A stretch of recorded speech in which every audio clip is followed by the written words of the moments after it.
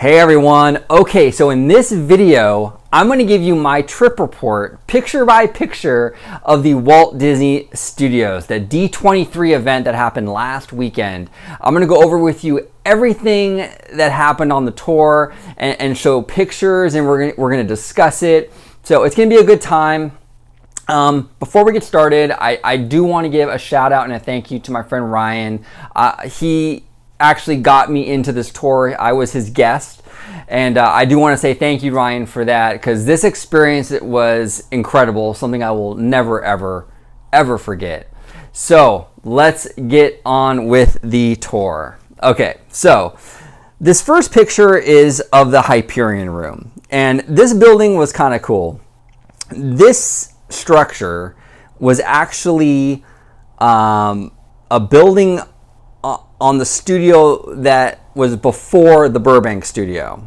Okay, so I guess back in those days, the tour guide was saying that it was actually cheaper to move an entire building than it was to build it from scratch. So that's exactly what they did. They moved this building from the old studio to this new studio in Burbank. So this building is very, very old. And you can kind of tell, like when we walked in, it had that old-timey smell to it. You know when you go into like some of the older attractions or older buildings in Disneyland, how they kind of have that old wood smell? That's kind of how this building smelled. It really did smell like great moments with Mr. Lincoln. It was kind of cool though. So this is where we kind of congregated before the tour happened, and they basically gave us like, you know, breakfast or pastries and coffee and juice and things of that nature. And we just kind of sat there for maybe 20 or 30 minutes before the tour got started. They showed us, you know, a brief little video, history of the studio and everything. So it was cool. It was, you know, basically just kind of like, you know, prepping us for the tour. Now, this first picture, this is, I'm sure all of you have seen that iconic, street sign, Dopey Drive, Mickey Avenue. The cool thing about that is, and I didn't even know this until the tour, the cool thing about that is it's just a prop. It was used for the movie The Reluctant Dragon, and it's just a prop. Those actually, if you follow like the signs, they don't go anywhere. They don't go to the right things. Like there's no Dopey Drive, there's no Mickey Avenue. If you went that way, you wouldn't go to animation. It really doesn't go anywhere. It's just a prop, and I guess it just kind of it was really popular, and they decided to keep it. I'm glad they did. It looks pretty cool. But yeah, little interesting tidbit. It has no practical function at all. It's purely decoration. So kind of cool. Okay, so this is the studio. This is the where the artists and the animators and everyone worked. And I took this shot because look how comfortable and cozy this little street looks. It's like perfectly manicured lawns. Everything looks so comfortable. And that was really the vibe I got when I was going through the studio. It was just a really comfortable atmosphere, and that's essentially what Walt wanted. He wanted his animators, his artists, his talent to feel comfortable on the lot. And he really did accomplish that, because it really does have a cozy vibe to it. And all the windows and the placement of the building were all, specifically designed to maximize the amount of daylight that goes into those windows. Walt really wanted like natural sunlight in these workspaces. So I thought that was kind of an interesting little tidbit. But yeah, it's a very comfortable studio. I really love the aesthetics of it. Okay, so Stage 1. This is where the Mickey Mouse Club was filmed, and it was actually recently rededicated just a few years ago after the passing of Annette Funicello. It was rededicated to the Annette Funicello Stage 1, and you can see here the plaque that adorns the building. And I'm going to go on a little bit of a tangent here. I absolutely love Annette Funicello. She is so quintessential in terms of the Disney Corporation. I mean, she was brimming with optimism. You know, she was beautiful. I mean, physically, obviously beautiful, but as a person, she was a beautiful human being. And when she passed away, it really hit me hard. It really did. I was really saddened when I heard of her passing. But I'm really glad that they dedicated this stage in her name. Much deserved. Annette Funicello is a Disney legend and a total icon, and really do miss her. But I thought that was kind of cool. I'm glad they dedicated that to her. Okay, so this picture right here, this is kind of funny. I actually took this picture of the trash can just to kind of show how, you know, there was a lot of park influences in the studio. I noticed this a lot around the whole studio where things, you know, reminded me of Disneyland. And this trash can is one of them. This looks like something you would see at Disneyland. It might not be an exact replica of any of the trash cans at the park, but it certainly has that look to it, you know? Very much Disneyland-ish.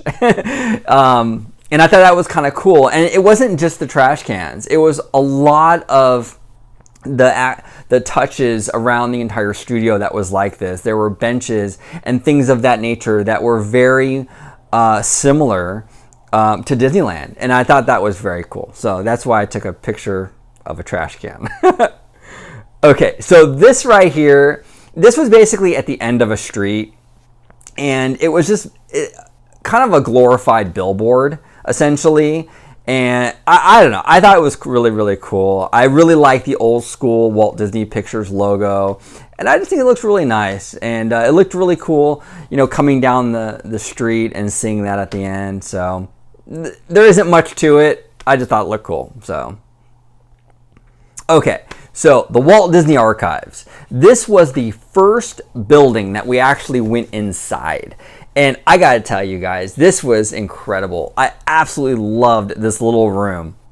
So let's dig right in. Okay, so right off the bat, you walk in, look at that rocket jets, the old signage to the rocket jets right over there on the wall. How incredible is that?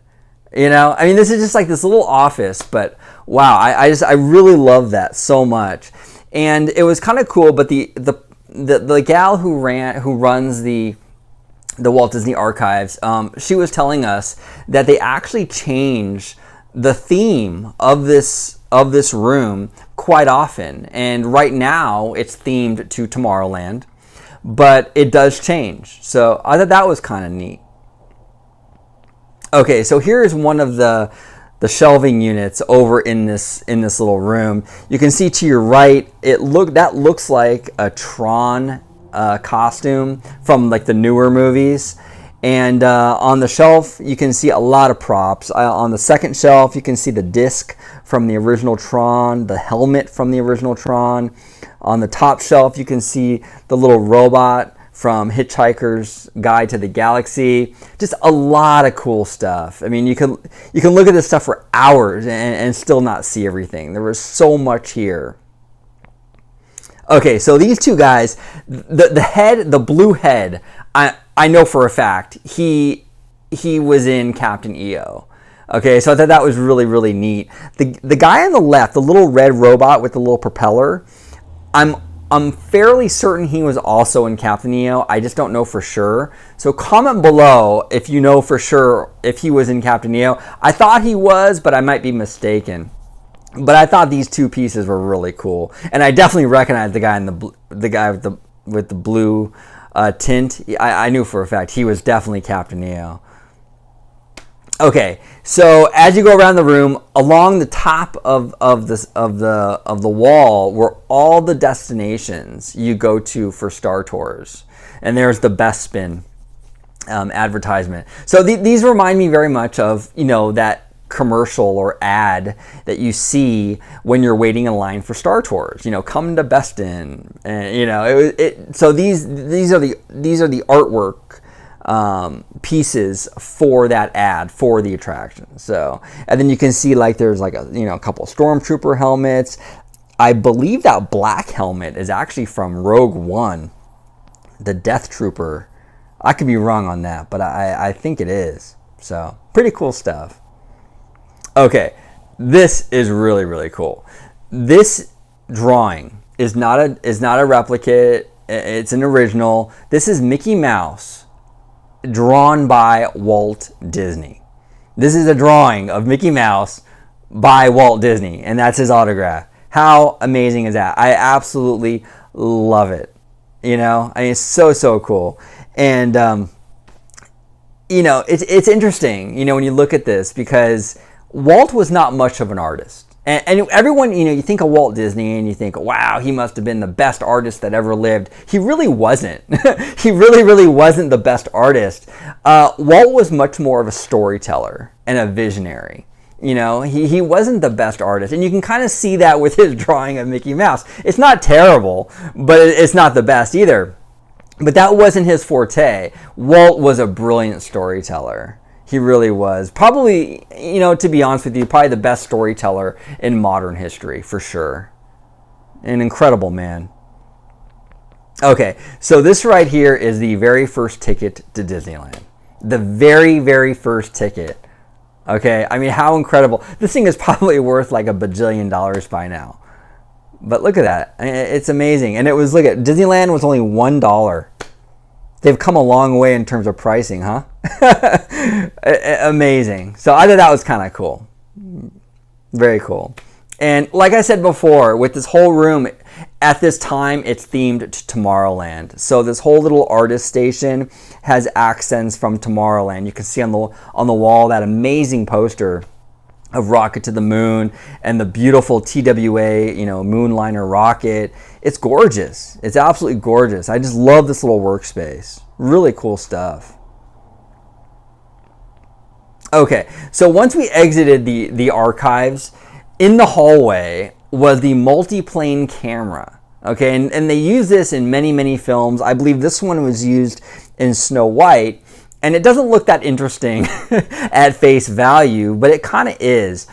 If you're not familiar with the multi-plane camera, what it basically does is it allows the artist to place different elements of the scene on different levels. So you can do foreground, you know, background, and all that, and it would go, you know, one level at a time, giving you that perception of depth. So when you watch a movie like Snow White or you watch a movie like Pinocchio and it really looks like the camera is zooming into the scene, it's an illusion. It's this multi-plane camera. It's genius. It's absolutely brilliant. But that's what this is. So again, it doesn't look that impressive as a machine, but the work that it did is pretty impressive. Okay, so I'm going to kind of give you a little bit of a rundown as to what's going to come about now. After this part of the tour, they took us over to Walt's, you know, office, his old office, and I have to say this was an incredible experience. Absolutely incredible, really emotional. As you know, I dedicate my entire YouTube channel to Disney. You know, I love the company, I admire the man, and to be able to go into this man's office where he worked and lived. He had a bed in the room right next to his office. You know, was an incredible honor to me. So let's go ahead. I'm gonna show you a picture, or a couple pictures actually, of Walt's office. So this is his office. This is exactly the way it was left. Now they did not remodel, but renovated his office recently. But all the items on the shelves and the pictures and everything, they're in the same exact spot that they were when Walt passed away. So all this stuff, it's just so cool. You guys, I mean, I can't even explain to you the feeling I got walking into this office. It was incredible. It really emotional to stand in this office where this man that you look up to worked and spent so much of his time. Really, really great stuff. And this is kind of cool. You know, this is just, it's a Pinocchio statue in his office that they put on the windowsill. And I just really liked it. I thought that was really great. And just a little fun fact, that actual statue is a replica of the original. The tour guide told us they didn't want to put the original on the windowsill because of, they didn't want to risk like sun damage. So I don't know. I thought that was a good idea. You want to protect the original, but I just love the view and that little statue. It's really cool. All right, so after we went to Walt's office, they escorted us outside, and this is the newer wing of the studio. I believe this building was built under the Michael Eisner era in the early 90s, and this is an incredible building. Look at those 7 dwarfs, the pillars. It's incredible. You walk outside and it blows you away. So they took us out to this courtyard. And look at that, with the Disney Legend statue in front of it. It's gorgeous, beautiful architecture, And then they let us kind of walk around, and they had these placards from all the Disney legends. And this one was Howard Ashman. I had to take a picture of Howard Ashman. Howard Ashman is, in my opinion, and in the opinion of a lot of people, another Walt Disney. This is the guy who, he understood story. He obviously understood music. He came up with the most iconic music in modern Disney history. He did The Little Mermaid. He did Beauty and the Beast, Aladdin. Howard Ashman is an absolute genius, and I love and respect him so much. And I'm so sad that we lost him way too soon. Excuse me. We lost him way too soon. I would have loved to seen what else that man had in his head, because he is an absolute brilliant, creative. So there was Howard Ashman. But yeah, there were a lot of these around the entire courtyard. They had like George Lucas, and they had a bunch. It was really, really cool. Okay, so this statue, I love this. This is sort of another play on the partner statue with Walt and Mickey. And it's Roy Disney, Walt's brother, and Minnie Mouse sitting on a bench. It's incredible. I believe, and people in Florida, correct me if I'm wrong, but I think they have this statue at the Magic Kingdom in Florida as well. I wish they would put this in Disneyland. I don't know why they don't. Such a cool little statue. And then there's the partner statue. There's the one that we have at Disneyland and a lot of other parks around the world. Now, the cool thing about this statue, though, is you can actually get up next to it and take a picture. You could touch it. It's kind of like the Buena Vista Street Mickey and Walt statue in that regard. So I like that. I thought that was kind of cool. The Disneyland statue is so unaccessible. It's sitting in that planter. You can't get too close to it. So it was kind of cool being able to walk up to it and take a picture. So that's pretty much the tour, you guys. It was a fantastic experience. I loved it. Soon after they showed us this little courtyard, they escorted us to the Walt Disney Studios store where I got this shirt. And you can buy a bunch of different merchandise. Now, I will say, out of the entire tour, which was absolutely phenomenal, the studio store was the one thing that was a slight disappointment. I just kind of had in my head that the Walt Disney Studios store was going to be studio stuff like this, and pins, and things related to the studio.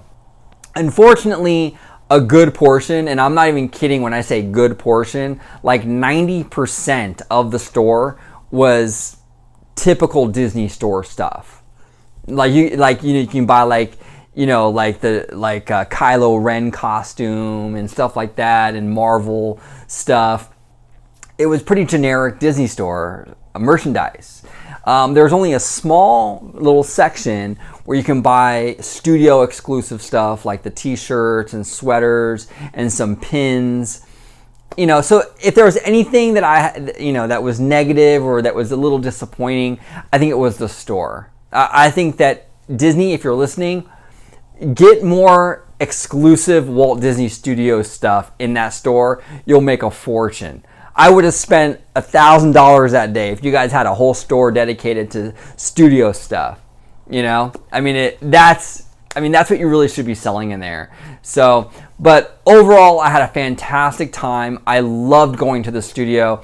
I am not even kidding when I'm telling you that if they offered an annual pass just to do the tours of the studios, I would probably buy it. It was that much fun and that interesting. If you guys ever get a chance, I think D23 is actually doing another one of these in September. Try to do it if you can. They sell out really quick, but it's definitely worth it. At least do it one time. You will not regret it.